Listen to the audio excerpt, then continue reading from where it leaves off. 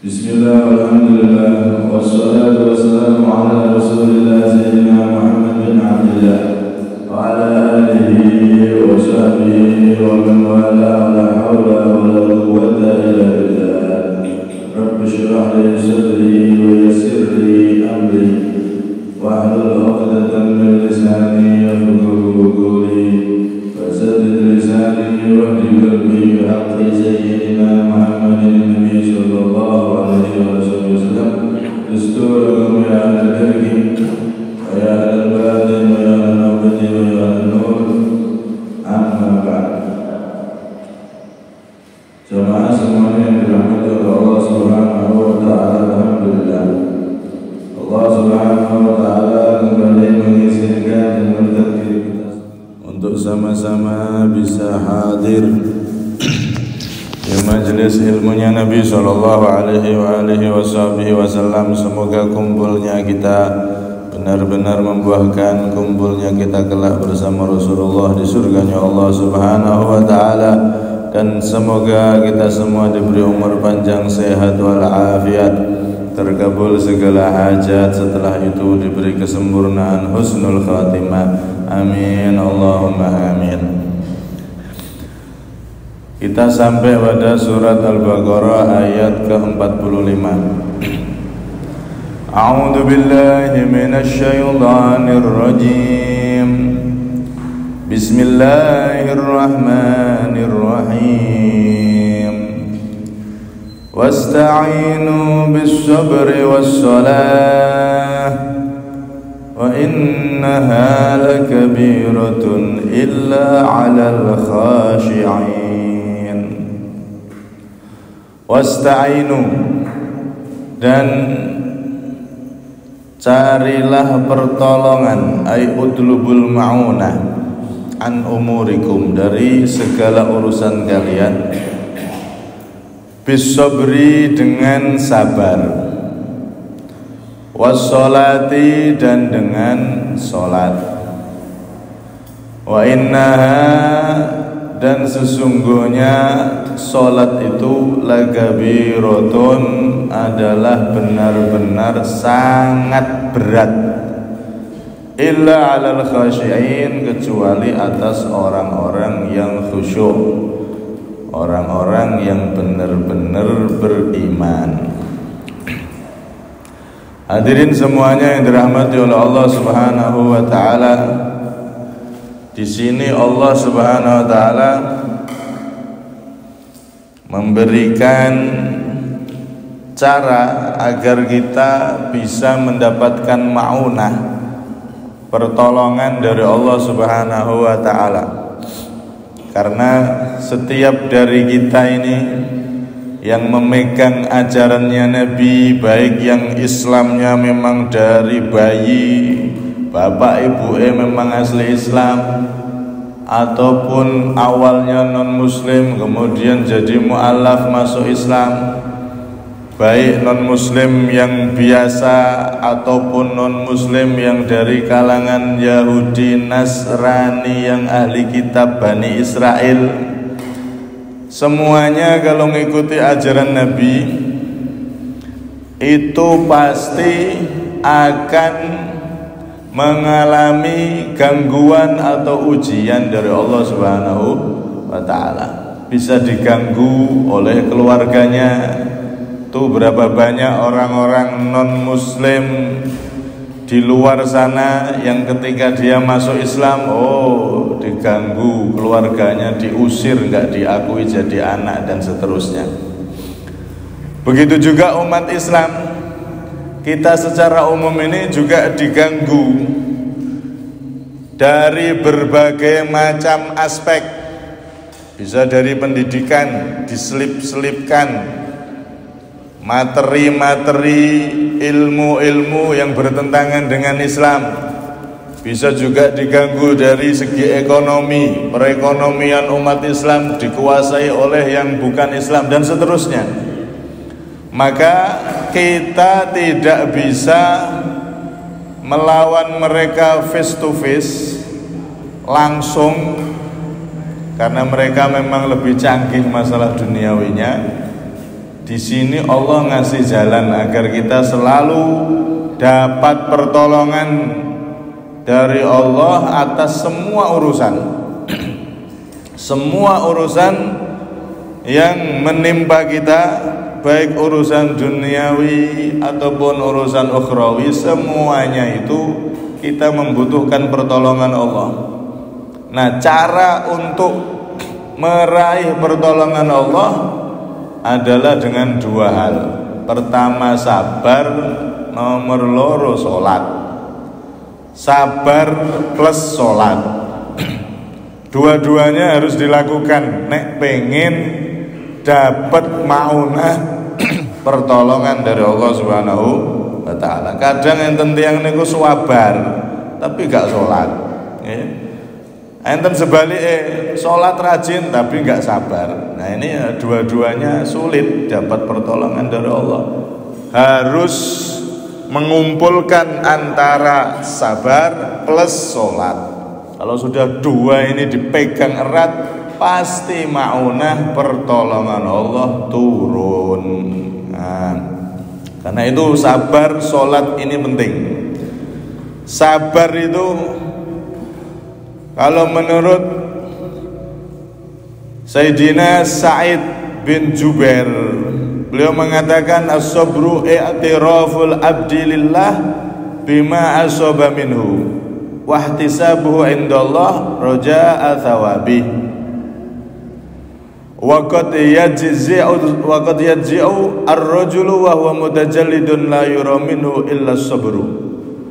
Sabar itu intinya seorang hamba itu mengakui lego semua yang menimpa dia dari segala hal yang tidak mengenakkan, itu semua dari Allah, dan dia berharap pahala dari Allah atas semua yang terjadi. Sing boten enak nih, musibah kah, sakit kah, kanker, kantong kering, apapun yang terjadi itu semuanya dia sadari itu ujian dari Allah, dan dia mengharap pahala dari Allah Subhanahu wa taala. Atine boten grundel, atine lego, lilo kalih napa sing pun ditakdir oleh Allah Subhanahu wa taala. Kalau mulut, kadang-kadang orang itu dia ini ahli sabar tapi mulutnya mengeluh cuman di lisan aja, hatinya ridho sama Allah, nggak apa-apa.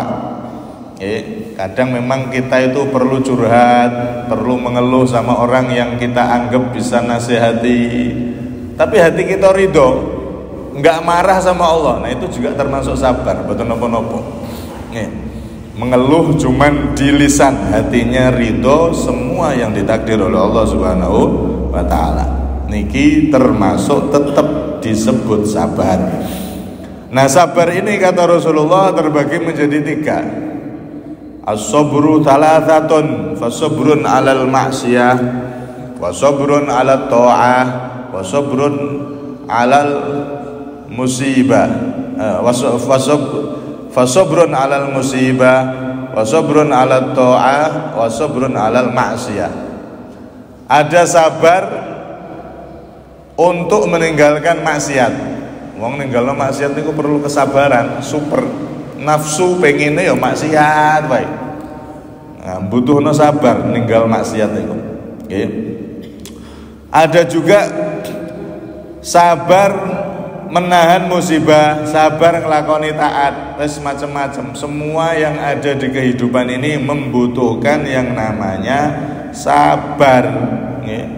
Karena itu Sayyidina Ali pernah mengatakan as-sabru minal iman bimanzilatir ra'si minal jasad. Kesabaran kedudukannya di dalam iman itu seperti kedudukan kepala di dalam jasad atau tubuh. Jasad ini Pak, kalau nggak ada tangan masih bisa hidup, nggak ada kaki masih bisa hidup, nggak ada di atas kaki dikebiri misalnya, ya cek iso urip.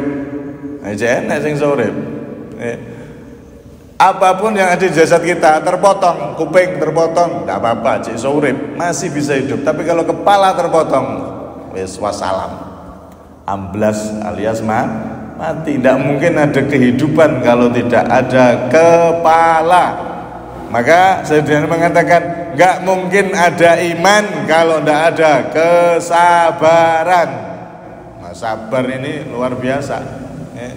Kedudukannya seperti kepala di dalam jasad. Nek ndono kepala mati, begitu juga orang hidup di dunia kok nggak sabar. Maka ibarat tadi itu imannya mati, imannya hilang. Naudzubillah min dzalik. Karena itu sabar ini luar biasa, penting. Sabar niku. Sehingga Allah Subhanahu wa taala menyebut zatnya dengan Asmaul Husna As-Sabur, yang maha sabar. Di dalam Sahih Bukhari, Imam Bukhari itu meriwayatkan laisa ahadun asbaru ala adan sami'ahu minallahi ta'ala innahum la yad'una lahu waladan wa innahu la yu'afihim wa yarzuquhum. Kata Rasulullah SAW, yang paling sabar itu hanyalah Allah, maha sabar Gusti Allah itu. Bagaimana tidak dia dituduh oleh makhluk yang diciptakannya. Allah dituduh apa? Tuhan itu banyak. Allah dituduh punya anak, Allah dituduh punya pasangan. Tuhan dituduh macam-macam oleh makhluknya, tapi Allah sabar. Allah nggak langsung menyiksa makhluknya, padahal mampu, sangat-sangat mampu dan sangat-sangat gampang kalau Allah mau itu. Tapi lihat bagaimana Allah mengakhirkan, nggak disiksa itu hamba-hambanya, masih ditunggu siapa tahu beriman, masih ditunggu siapa tahu mau mengikuti Nabi Muhammad SAW. Sampai Allah punya Asmaul Husna As-Sabur, yang maha sabar. Niki menunjukkan hebatnya kesabaran sampai Allah sendiri pun memakai nama As-Sabur. Kemudian yang kedua, keutamaan keistimewaan sabar yang kedua, satu dipakai nama oleh Allah, nomor dua, pahala kesabaran itu tidak terhitung, beda dengan amalan lain. Allah Subhanahu wa taala berfirman, "Innama yuwaffas sabiruna ajrahum bighairi hisab." Orang-orang yang sabar niku nanti di akhirat diberi pahala oleh Allah ganjaran tanpa dihitung. Nek semua amalan kita, mau haji, mau umroh, mau sholat, mau zakat, mau puasa, mau apapun itu ada batasan ukurannya. Enten standar gajinya kalau bahasa sekarang.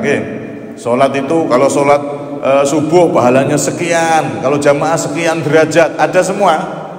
Malaikat tahu kadar ukuran dari setiap masing-masing ibadah pahalanya sebesar apa, para malaikat tahu. Kecuali sabar. Wong nek sabar niku wis pahalanya nggak ada yang tahu kecuali Allah Subhanahu wa taala, saking besarnya pahala sabar. Karena itu kesabaran ini cara yang pertama disebutkan oleh Allah, wasta'inu bis sabri. Nek pengen dapat maunah dari Allah, pengen minta pertolongan dari Allah, maka pertama sabar. Di dalam hadis Nabi SAW beliau bersabda, man sabara alal qut asyadid askanahu Allahul firdausa haitsu syaa.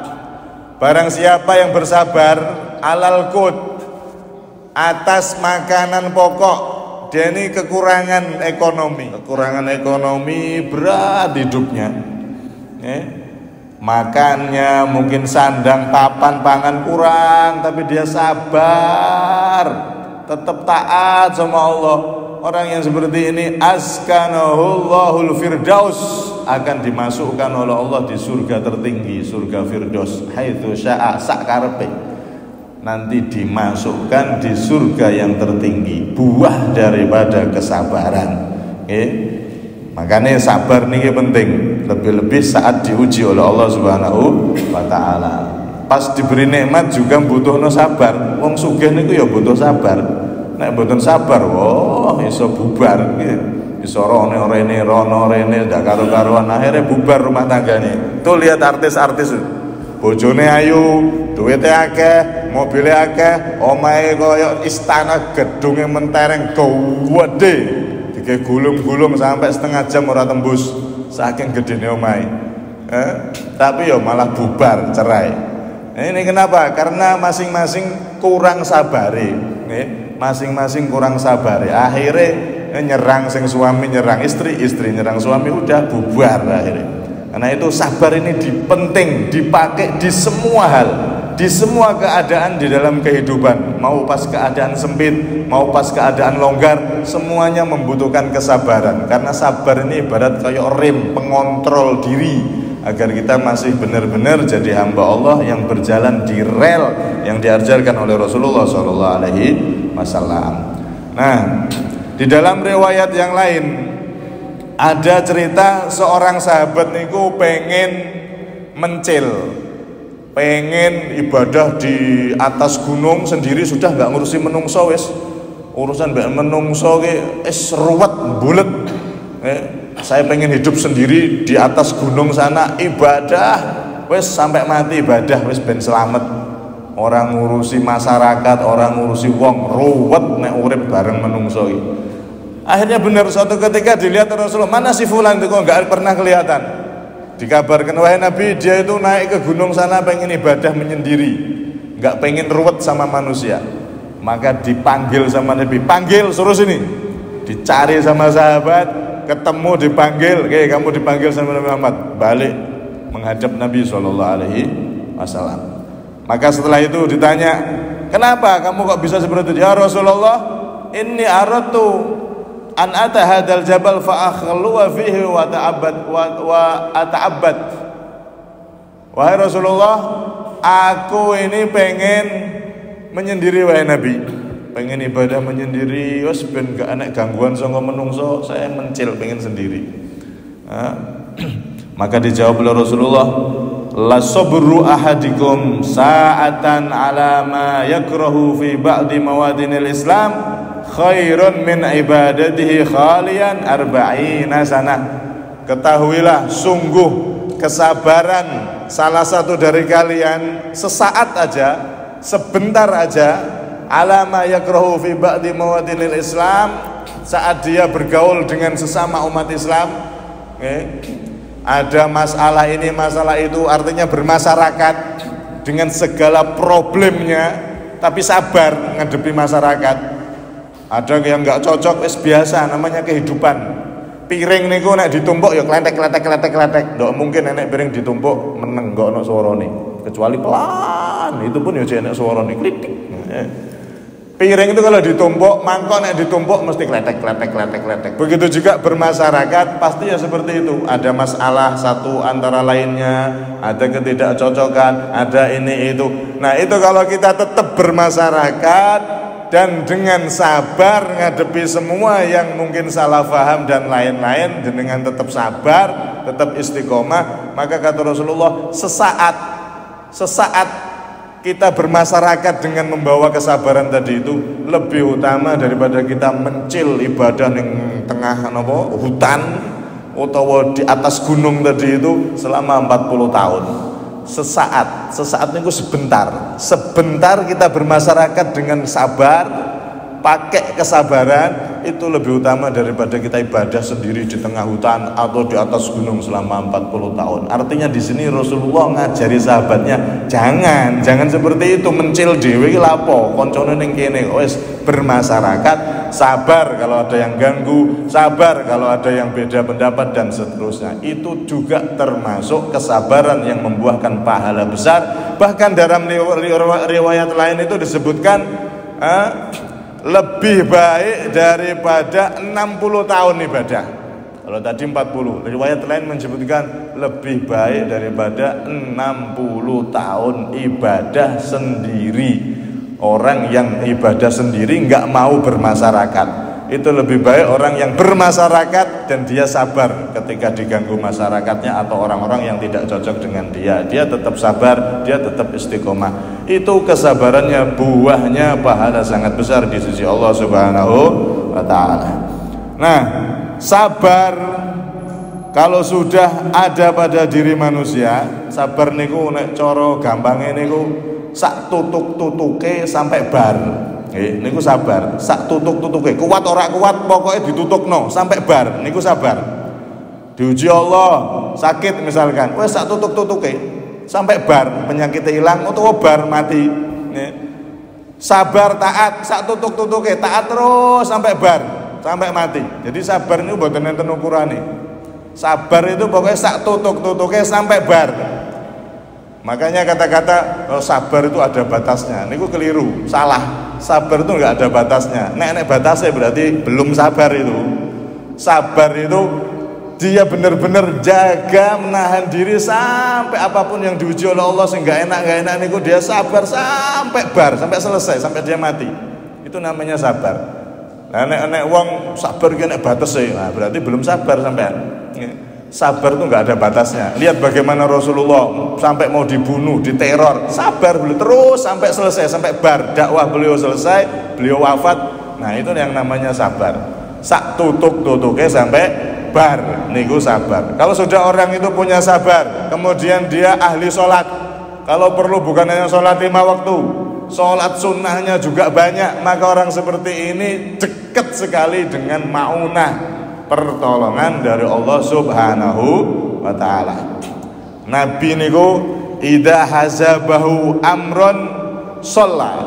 Kalau sudah ada masalah, jengene apa itu Rasulullah bermasyarakat bimbing umat niku kan ya ada masalah ini masalah itu. Kalau sudah ada suatu masalah yang genting atau penting, maka beliau bergegas sholat. Nek sabar wes sudah ada pada diri Nabi, sabar sudah nempel. Setiap ada masalah beliau sholat. Dan beliau juga pernah mengatakan bahwasanya para nabi dulu itu kanu yafza'una idza faza'u ila shalah. Para nabi-nabi dulu sebelum beliau menceritakan para nabi-nabi dulu itu kalau mereka ditimpa suatu masalah pasti bergegas melaksanakan sholat. Cuman sholatnya beda. Kalau sholatnya Kanjeng Nabi Muhammad SAW, kalau umat-umat dulu nggak ada rukuknya, menghadapnya. Kalau umat-umat dulu ke Baitul Maqdis, ada yang ke Baitul Maqdis. Kalau Rasulullah ada rukuknya sempurna, sholatnya menghadap ke Ka'bah. Ala kulli hal, mereka kata Rasulullah, para nabi itu kalau susah, kalau sumpek, ada masalah di dalam dakwahnya, ada gangguan dari orang-orang yang memusuhinya, maka dia minta pertolongan kepada Allah dengan segera sholat. Ini para nabi. Begitu juga Nabi Muhammad, kalau ada masalah beliau sholat, bergegas sholat. Diceritakan para sahabat juga seperti itu. Sayyidina Abbas itu kalau terdengar ada musibah, ada suatu cerita saudara beliau, kakak atau adik beliau meninggal, maka setelah beliau membaca istirja, innalillahi wa inna ilaihi rajiun, beliau kemudian sholat sunnah 2 rakaat. Sholat, supaya apa? Sabar diiringi sholat. Kalau sudah begitu nanti akan ada bantuan-bantuan maunah dari Allah Subhanahu wa ta'ala. Nah niki sing kula jenengan kadang dereng-dereng napa ngikuti nggih, dereng meneladani niki. Biasanya kita ya innalillahi wa inna ilaihi rajiun terus tapi mboten salat.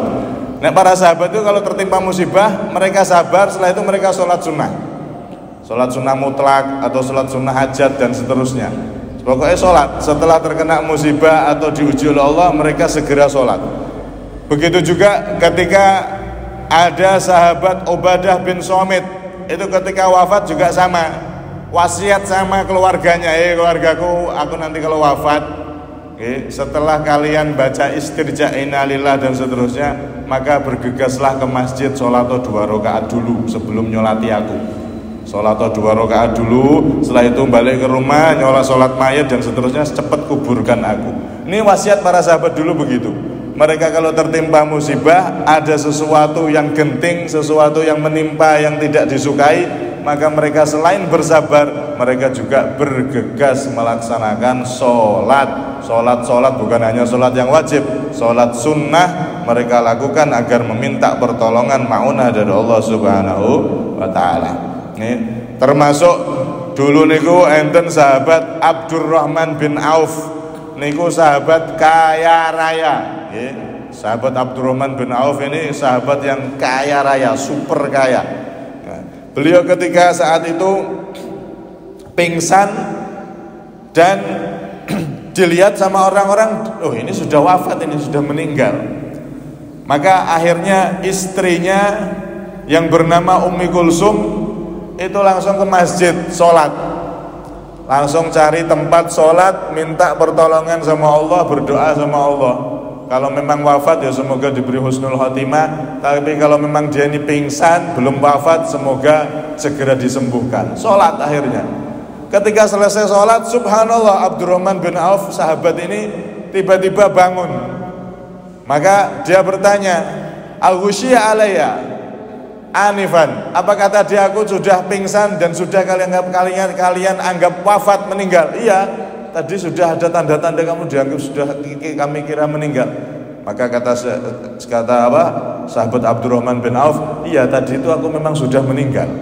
Aku sudah ketemu malaikat, terus mau dibawa, mau ditanyai, mau diproses ke alam barzah. Tapi kemudian ada satu malaikat, ini belum waktunya, suruh pulang lagi, balik. Akhirnya jadilah mati suri. Setelah itu beliau hidup sampai 1 bulan. 1 bulan itu beliau cerita kepada anak-anaknya, kepada keluarganya tentang alam barzah itu begini-begini, digambarkan sama beliau, diceritakan sampai 1 bulan persis. Baru setelah itu beliau wafat. Subhanallah. Akhirnya beliau dipanjangkan umurnya sampai 1 bulan sehingga menasihati anak-anaknya, memberi gambaran bagaimana alam barzah dan akhirat kepada anak-anaknya. Baru setelah itu beliau meninggal. Sahabat Abdurrahman bin Auf radhiyallahu anhu. Ala kulli hal, intinya kula panjenengan niku nek pengen ditolong oleh Allah, pengen dapat maunah, pertolongan cepat dari Allah, 1 selain bersabar, maka 2 jagalah sholat. Lebih-lebih sholat niku kalau perlu yang sunnah-sunnah diperhatikan, minta pertolongan lewat sholat. Kalau dalam para ulama itu mengatakan sholatnya sholat hajat, sholat minta hajat, apa yang kita perlukan, minta pertolongan sama Allah melalui sholat. Sabar dan sholat ini kalau sudah dilakukan dengan benar-benar, maka pasti akan ditolong oleh Allah Subhanahu wa ta'ala. Apapun masalah kita, kalau sudah kita itu bersabar dan juga sholat, maka pasti akan turun itu pertolongan dari Allah Subhanahu wa ta'ala. Wa innaha lakabiratun illa 'alal khashiin. Cuman sholat niku sangat berat bagi semua orang, kecuali illa 'alal khashiin, kecuali orang-orang yang khusyuk, orang-orang yang benar-benar imannya kuat. Dalam riwayat al-khasyiin, orang-orang yang tawaduk, hatinya bersih, enggak sombong. Maka kata ulama, kalau ada orang itu enggak sholat, berarti masih ada kesombongan di hatinya. Kenapa? Karena dia disuruh oleh Allah sujud enggak mau, disuruh oleh Allah 5 waktu sujud enggak mau. Ini berarti kan sombong. Kata ulama, illa 'alal khasyiin, al-khasyiin al-mutawadiin, orang-orang yang hatinya rendah hati, hatinya bersih. Yaitu siapa? Mereka orang-orang yang ringan ngelakoni sholat. Mafhum mukhalafahnya, kalau ada orang tuh berat ngelakoni sholat, berarti tanda di hatinya masih ada kesombongan, di hatinya masih ada kotoran. Naudzubillah min dalik. Ini tanda, cuman ya untuk diri kita sendiri-sendiri. Nggak usah, oh berarti wong sombong, wong elek, nggak usah. Ini masalah hati soalnya. Hati yang tahu Allah Subhanahu wa ta'ala. Cuman ini tanda-tanda. Wa innaha lakabiratun illa 'alal khasyiin. Sesungguhnya sholat itu berat kecuali bagi orang-orang yang hatinya rendah diri, nggak sombong. Nek sombong berarti berat. Ini tanda-tanda hati kita masih ada kesombongan apa tidak. Lihat aja sholat itu bagaimana, ringan apa enggak. Oh nek sholat kroso abot, oh berarti hati kita sedang bermasalah, sedang sakit. Mungkin-mungkin kalau panjenengan dijadikan orang yang ahli sabar, ahli sholat dan hatinya bersih. Amin Allahumma amin. Kesimpulan terakhir, 1, pentingnya kesabaran. Sabar itu kalau sudah dilakukan dapat pahala besar tanpa perlu susah payah. Wis pokoknya sabar niku pahalane gede. Bahkan ada yang dimasukkan surga Firdaus gara-gara sabar masalah ekonomi dan seterusnya. Kemudian yang kedua, kalau pengen dapat pertolongan dari Allah, maka harus menggabungkan 2 ini. Sabar plus sholatnya dijogo. nek perlu sholat sunnah-sunnahnya dijaga. Maka kalau sudah begitu orang yang menggabungkan dua hal ini pasti cepat ditolong oleh Allah Subhanahu wa taala. Semoga kita semua termasuk benar-benar jadikan hamba-hamba Allah yang selalu mendapat maunah pertolongan dari Allah Subhanahu wa taala. Amin Allahumma amin. Kurang lebihnya minta maaf. Hada minni.